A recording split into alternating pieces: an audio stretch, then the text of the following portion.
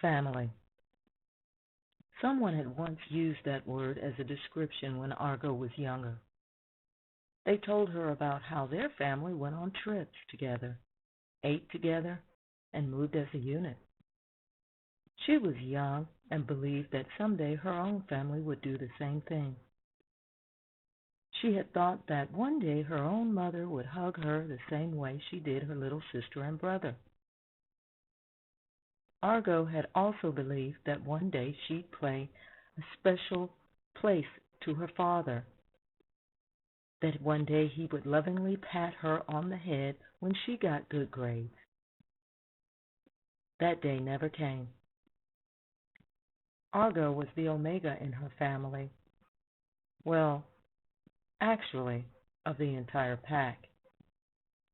But because her father was the current Alpha, she'd been granted a limbo existence of Delta around the others, but was a servant in her own home.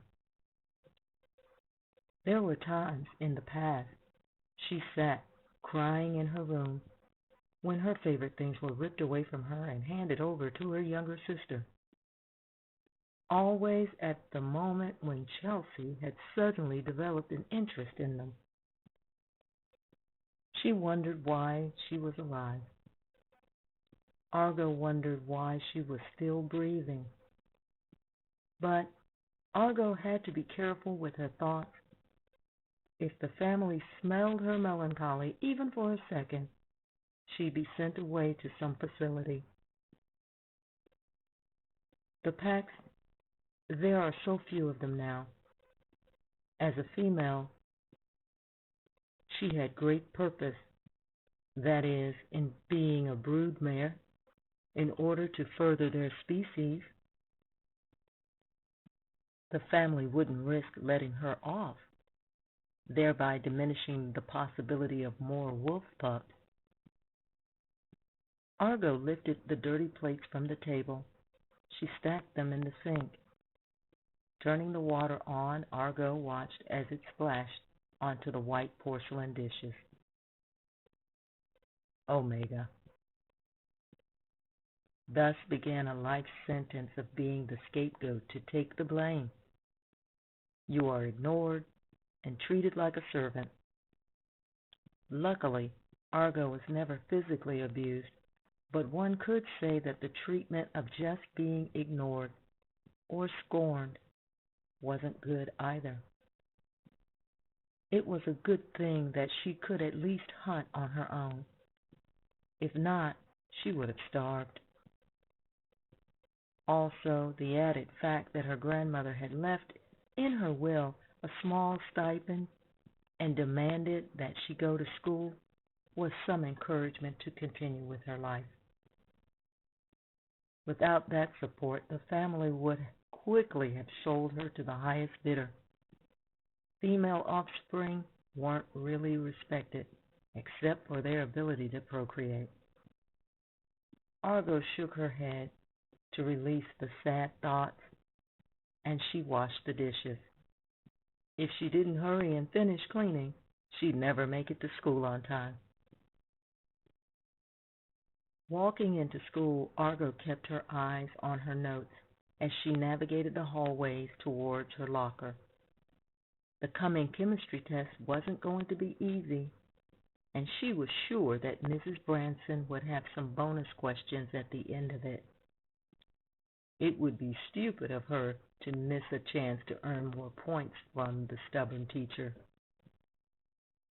Maneuvering her way through the morning student traffic, she absent-mindedly walked up to her locker and pushed in the code to open the lock.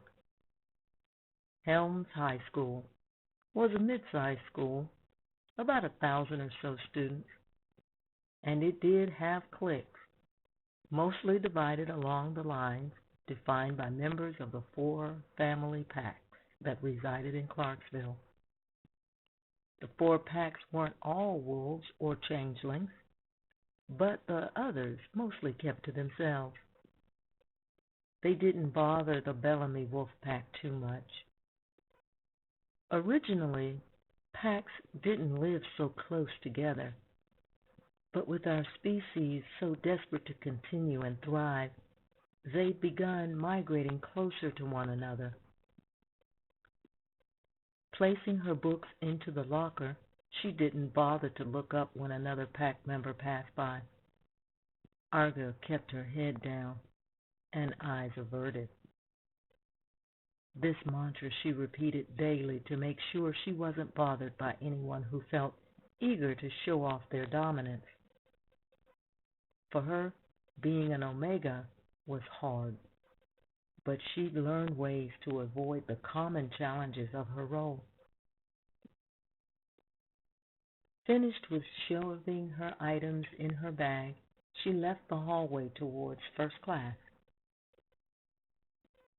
Later, in class, Argo found herself squinting, trying to read Mrs. Branson's handwriting on the board.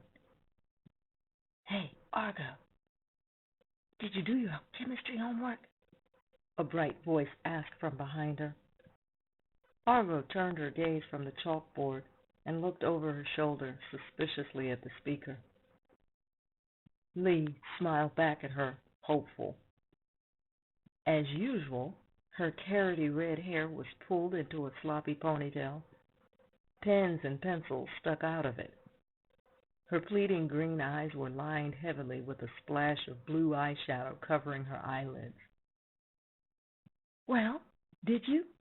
she whispered harshly, with increased intensity.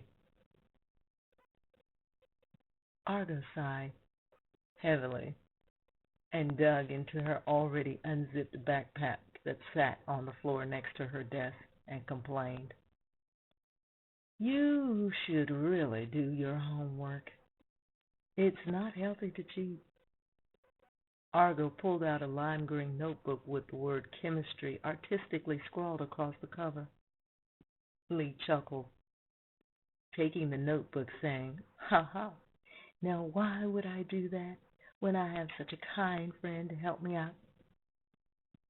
Argo shook her head at Lee's nonsense as each returned their attention to the front of the classroom, hoping nothing was missed. "Are you going to the band show on the river tonight?" Lee asked Argo, as she switched out the books for her next class. Argo shook her head. "Nope. Going to relax at home and watch old reruns of Star Trek." Lee groaned. "She's a girl." Turning, she leaned her hip against Argo's locker. For one night, you could come out with me and be, well, you know, sociable." "Sociable?" Argo closed her locker with an astonished look and said, "I am sociable, thank you very much." Family. Someone had once used that word as a description when Argo was younger. They told her about how their family went on trips together, ate together, and moved as a unit. She was young and believed that someday her own family would do the same thing.